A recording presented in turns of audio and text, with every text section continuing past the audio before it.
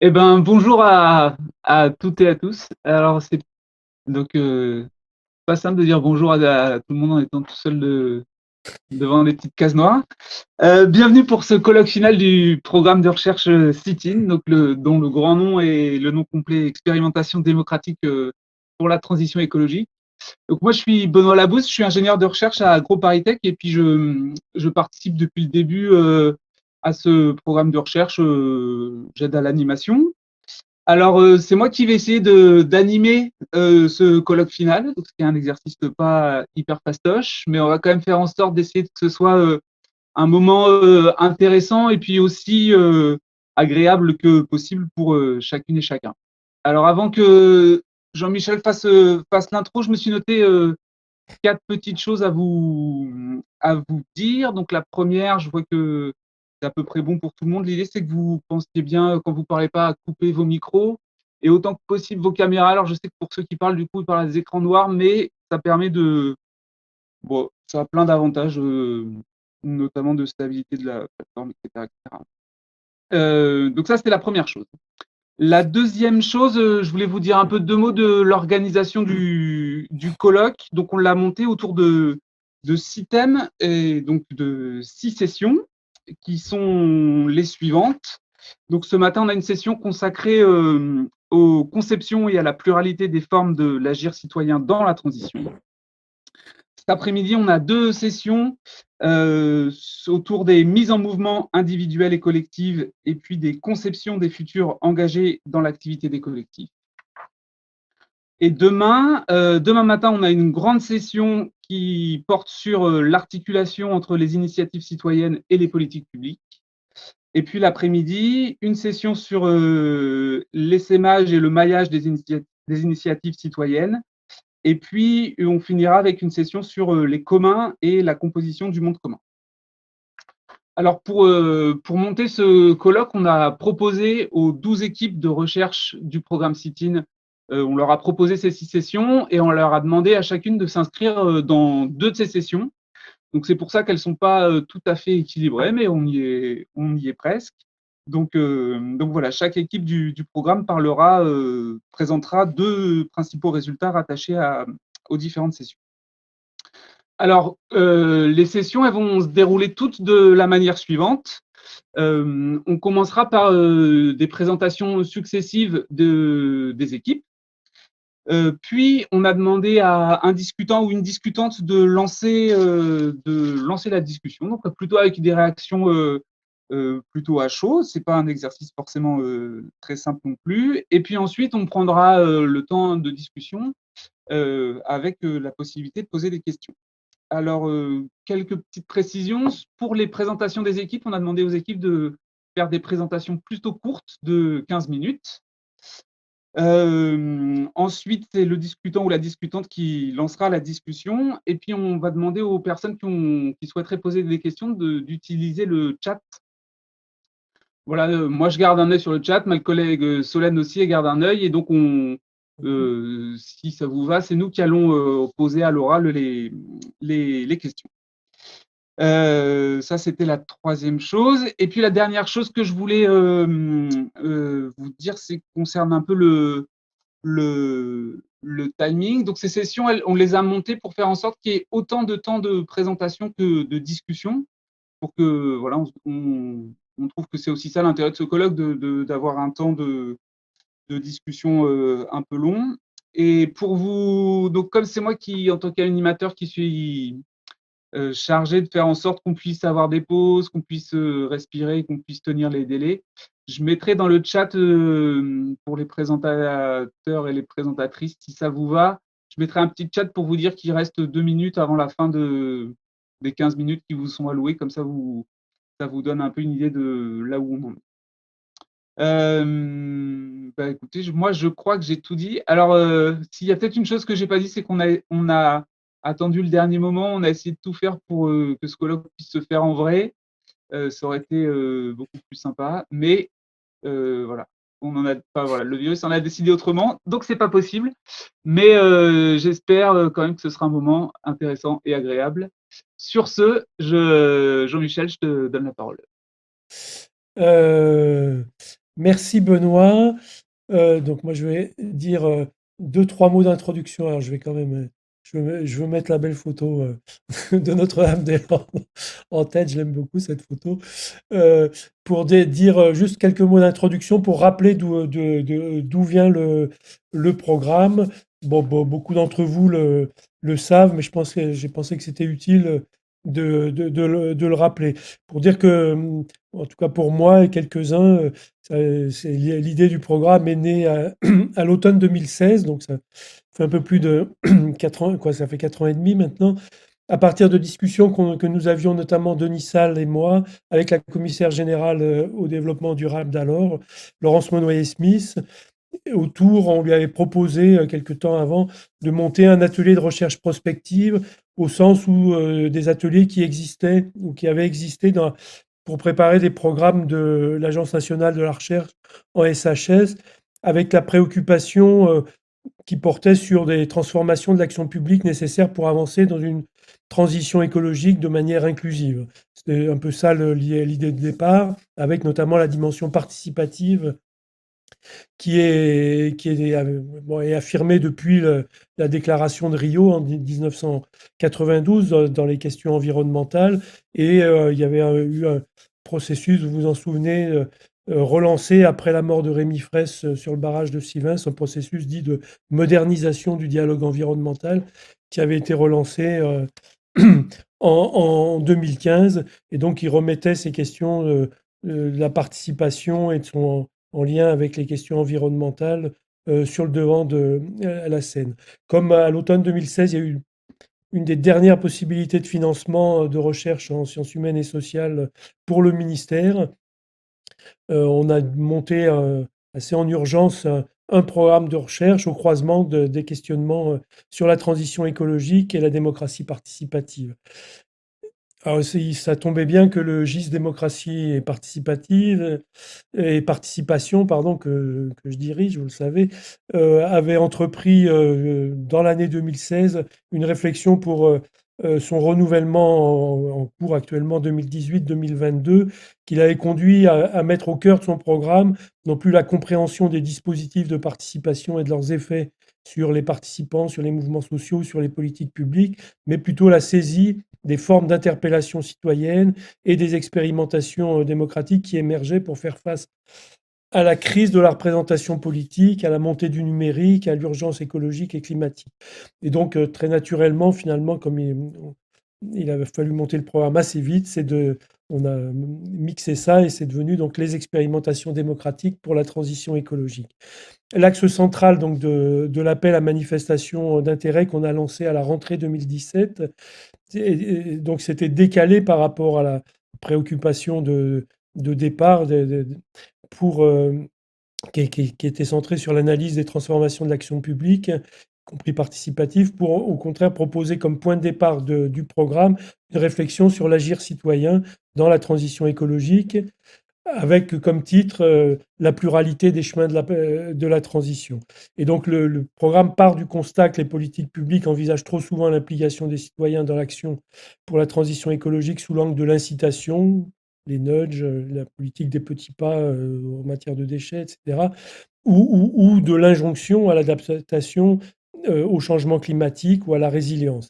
Donc ces notions cadrent largement le débat public aujourd'hui, mais l'hypothèse de départ finalement du programme, c'était de dire qu'il fallait un peu renverser le point de vue pour tenir compte du pluralisme des modes de relation des êtres humains à l'environnement, de la diversité des dispositions à agir, de la variété des capacités aussi d'appropriation des politiques publiques, de l'inégale distribution des possibilités d'initiative comme des empreintes écologiques selon les groupes sociaux et selon les territoires.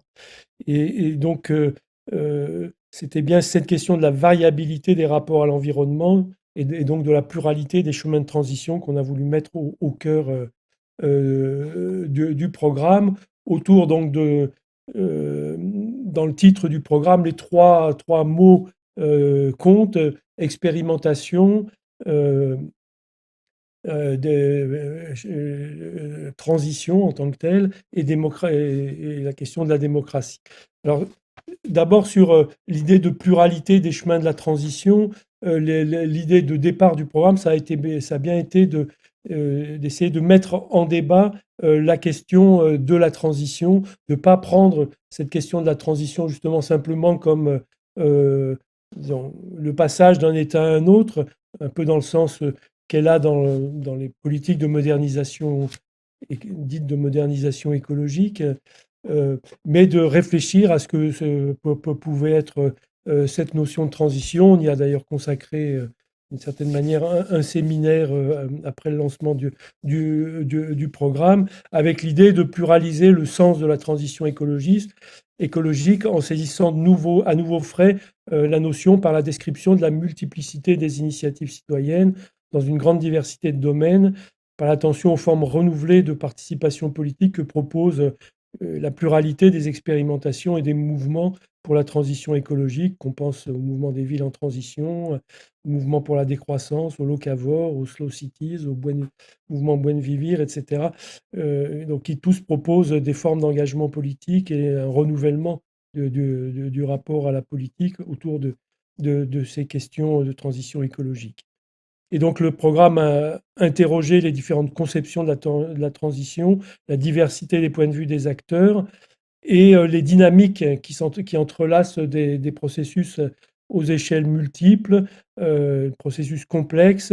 Et en même temps, on s'est interrogé, on a essayé de poser aussi les questions de temporalité et notamment de la prolifération des futurs dans notre présent que porte la notion de transition, avec l'idée de questionner la façon de fabriquer les futurs et les trajectoires d'avenir, d'interroger les cadrages dominants, souvent implicites, qui viennent limiter notre capacité à penser les trajectoires alternatives et de prendre en compte les résistances et les contre-visions qui leur sont opposées. Donc voilà, une interrogation forte dans le programme sur la notion même de transition. Je pense qu'elle a structuré un peu la réflexion de départ autour de l'idée d'expérimentation.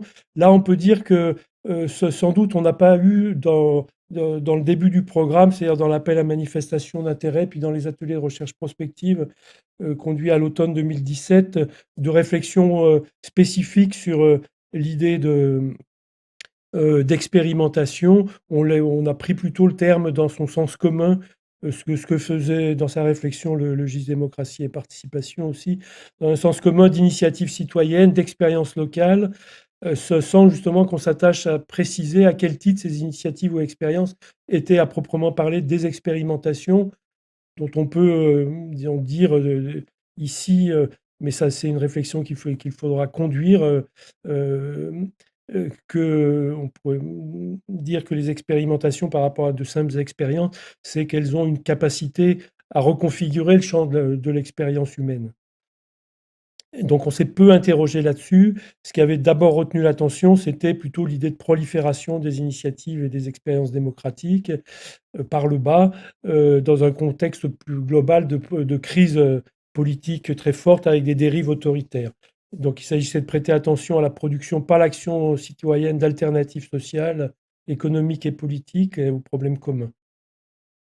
Et évidemment, la transition écologique, ce n'est pas le seul terrain, mais c'est un des terrains privilégiés où porter l'attention sur ces questions. Malgré ce manque d'élaboration spécifique de l'idée d'expérimentation, c'est une question qu'on retrouve assez transversalement dans l'ensemble des projets. Et quelques projets ont essayé de l'élaborer un peu plus, cette notion d'expérimentation. Je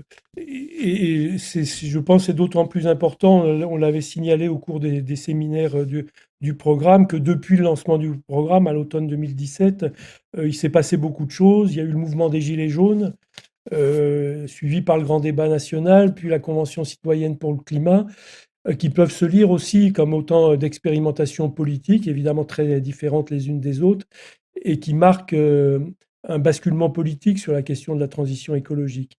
Donc cette actualité politique doit nous amener sans doute à revenir sur justement les hypothèses formulées à l'automne de 2017. Notamment, il convient, je pense, de reconsidérer la question des trajectoires d'initiatives citoyennes, l'ensemble des activités autour des communs, l'hypothèse forte dans le programme du maillage des initiatives citoyennes et de leur articulation avec l'action publique. On en parlera au cours du colloque, puisque notamment à travers le mouvement des Gilets jaunes, dans les délibérations, aussi bien sur les ronds-points que dans les assemblées, l'Assemblée des assemblées, les questions de justice sociale et de solidarité ont été très présentes et que le mouvement a constitué à partir du bas, s'est constitué à partir du bas et s'est reconnu nationalement sans prendre une forme politique classique, en recherchant des formes de coordination diverses.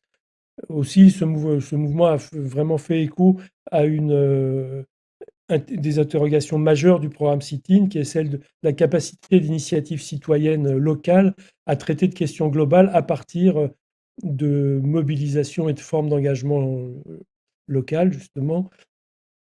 Et puis une autre dimension du programme, c'est celle de l'articulation entre les expérimentations citoyennes et l'action publique.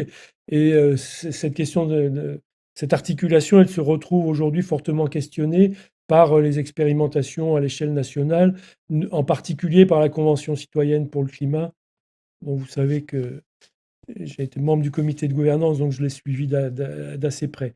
Et donc, on a une pluralité de voies de transformation envisagées, quoi, la pluralité de voies de transformation envisagées par le programme Sit-in s'est élargie ces dernières années à travers ces autres formes d'expérimentation.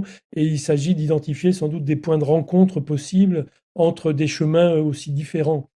Euh, et sans doute la question de la démocratie et la question de la participation tissent une trame commune pour envisager ensemble ces expérimentations, ce qui n'était pas l'objet direct du programme Sit-in. C'est la Convention citoyenne sur le climat est venue bien plus tard.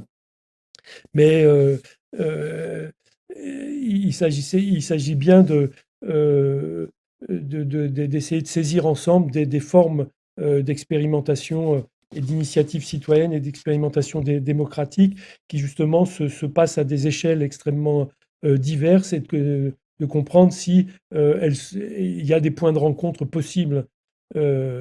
L'idée de pluralité des chemins n'empêche pas de réfléchir sur justement les points de rencontre possibles de ces chemins pour comprendre leur portée transformative. Donc cette réflexion, elle implique une attention à la pluralité des chemins empruntés dans des expériences situées. Et pour la transition écologique comme pour la participation, il faut prêter attention à la multiplicité des collectifs, des mouvements, à la diversité des formes, des acteurs et actrices et des objets de participation sociale et politique, et tout en interrogeant leur nouveauté, pas prendre tout comme nouveau, ce qu'on a parfois assez facilement tendance à faire.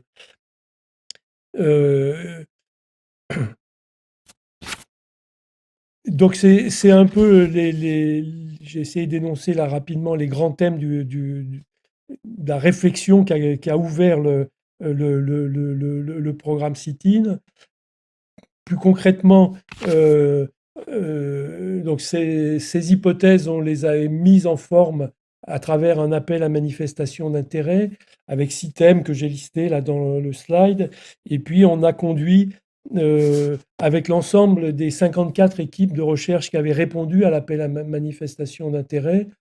Donc ça représentait un nombre assez important de personnes. Deux ateliers de réflexion prospective qui ont été conduits à l'automne, en octobre et en décembre 2017. Le premier qui avait comme titre Explorer les chemins de la transition et qui est un exercice de prospective, et un deuxième à partir de cette exploration des chemins de la transition, la volonté d'essayer d'élaborer un agenda collectif des recherches et qui a conduit donc à définir 8 grandes questions de recherche qui ont structuré largement le travail ultérieur du programme Sit-in et qu'on retrouve presque toutes comme définissant les sessions de ce colloque. Donc la pluralité des formes de l'agir citoyen, la question de des mises en mouvement individuelles et collectives pour la transition écologique, la question de la portée de l'agir citoyen à travers l'essaimage et le maillage des initiatives citoyennes, l'articulation entre les initiatives citoyennes et les politiques publiques, la question des communs et de la composition du monde commun, les temporalités de l'agir environnemental. Ça, c'est un thème qu'on n'a pas repris en tant que tel là, dans le colloque parce que, il y a une faute d'ailleurs, excusez-moi, euh, parce qu'il est peu abordé, quoi, il est peu approfondi dans les différents travaux de recherche. La question de la conception des futurs engagés dans l'activité des collectifs et la question de la coopération entre chercheurs et acteurs de la transition. Alors ce dernier thème non plus, on ne l'a pas repris dans la structuration du programme, même s'il y a plus, mais tous les projets de recherche les traitent et traite de cette question. Et Benoît l'a pas dit, mais on propose que la dernière heure du colloque demain après-midi, on, on ait une discussion collective un peu autour de cette question, de comment redéfinir la manière d'enquêter sur la transition écologique, justement quand on veut prêter attention à, à- à la manière, quoi, une attention réelle à la manière dont les collectifs se saisissent de ces questions ou les mettent à l'horizon de leur action sans leur imposer des cadres et en menant des recherches coopératives. Euh, donc, à partir de ce travail collectif, donc à la fois de prospective et d'identification d'un agenda des recherches, on a dû procéder à une sélection parmi les 54 équipes des projets qui pourraient être financés, le programme ayant un budget conséquent mais limité, hein, c'était un budget de 500 000 euros en tout, dont 300 000 ont été consacrés aux projets de recherche. Euh, et donc, ça a conduit à retenir 12 projets du programme. Donc, c'est ceux que vous allez entendre aujourd'hui. Donc, c'est peut-être pas la peine que je nomme les 12 projets. C'est plus facile à lire, je pense, sur le programme du colloque. Je peux juste signaler dans une carte que j'ai reprise d'un précédent séminaire sans vraiment la mettre à jour. Donc, que ce qui est important, c'est que finalement, à travers ces 12 projets, il y a quand même près d'une quarantaine de sites qui ont été investigués plus ou moins profondément en France, avec quelques points de comparaison euh, en Espagne, en Italie, en Angleterre, en Allemagne, je crois aussi. Et donc, finalement, ça donne, voilà, c'est un programme qui n'était pas de très grande ampleur, mais qui permet quand même d'avoir constitué, euh, pas une base de données, mais une base de connaissances sur une grande variété, ce qui était un des attendus du programme, une grande variété d'initiatives citoyennes, pas forcément dans une perspective purement comparative, mais et qui donne justement permet d'entrer dans ces questions de l'agir citoyen pour la transition écologique à partir d'expériences extrêmement variées. Et pour conclure, parce que je vois que le temps passe, cette introduction, je veux juste signaler quelques questions qui pourraient venir dans la discussion du colloque, euh, parce que j'ai entrepris de lire l'ensemble des rapports, je ne suis pas tout à fait au bout, mais il me semble qu'il y a plusieurs questions qui mériteraient d'être approfondies. Donc je l'ai déjà dit, la question titre de l'expérimentation autour de comment penser la portée transformatrice des expérimentations locales et leur puissance démocratique. Euh, on s'est beaucoup interrogé dans le programme et dans beaucoup de recherches sur la question du changement d'échelle, comment des initiatives locales sont à même d'affronter des enjeux globaux. Euh, donc il faut, je pense, on peut pousser la réflexion plus loin pour réélaborer cette question du changement d'échelle qui souvent apparaît comme un obstacle assez insurmontable y compris dans des initiatives, et peuvent expliquer des formes d'épuisement de certaines initiatives qui finalement n'arrivent pas à sentir, à s'approprier une portée transformatrice qui motivait la mise en mouvement au départ et donc qui s'épuise au fur et à mesure. Donc je pense que ça, c'est une question vraiment centrale dans toutes les questions écologiques.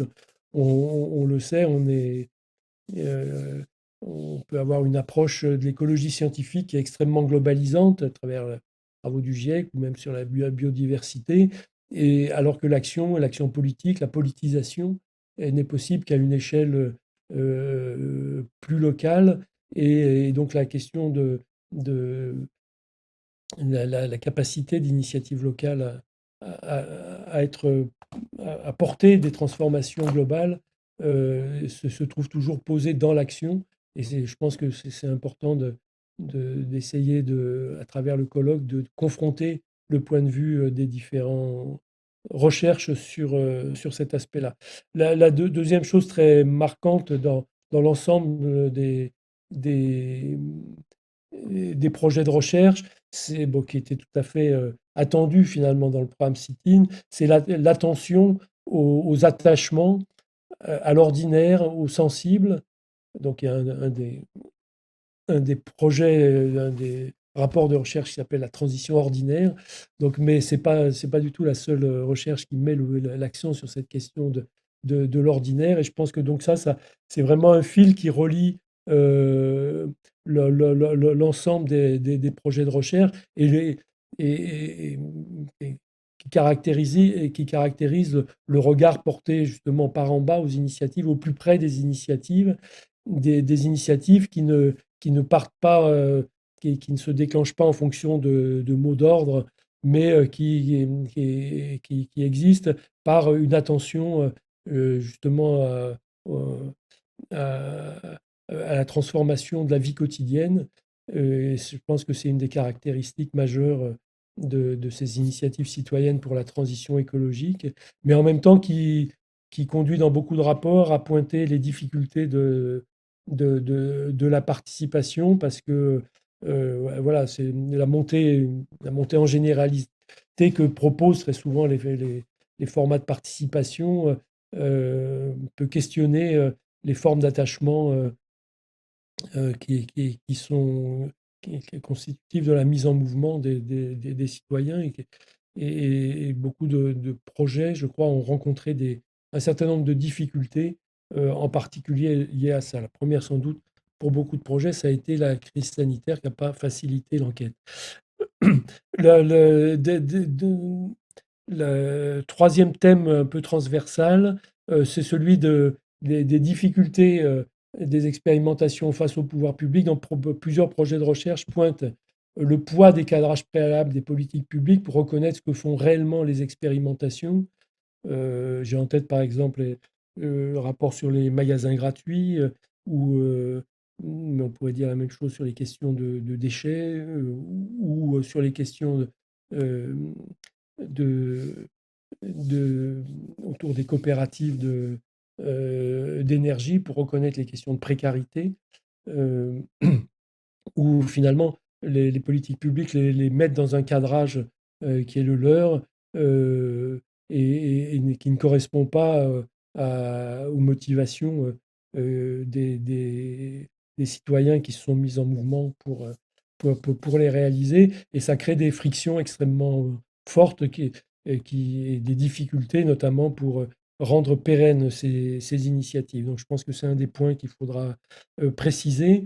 Euh, et dernier point, donc, dont je disais qu'on pourrait en discuter à la fin du colloque, c'est cette question de la posture et du rôle des chercheurs, en particulier dans le maillage des expérimentations, mais parce que plusieurs projets relèvent que ce rôle des chercheurs, finalement, l'enquête participe aux expérimentations étudiées, et en posant la question du maillage, elles y contribuent ou non, d'ailleurs, en fonction des difficultés de la participation, par exemple, mais elles en sont partie prenante. Donc, je pense que c'est important de reposer cette question de la posture et du rôle des chercheurs, euh, avec ce qui ressort de beaucoup de, de, de projets, c'est la nécessité de s'ajuster aux situations, donc d'ajuster les protocoles de recherche aux situations étudiées et ce qui peut créer des difficultés. Les difficultés de participation que je mentionnais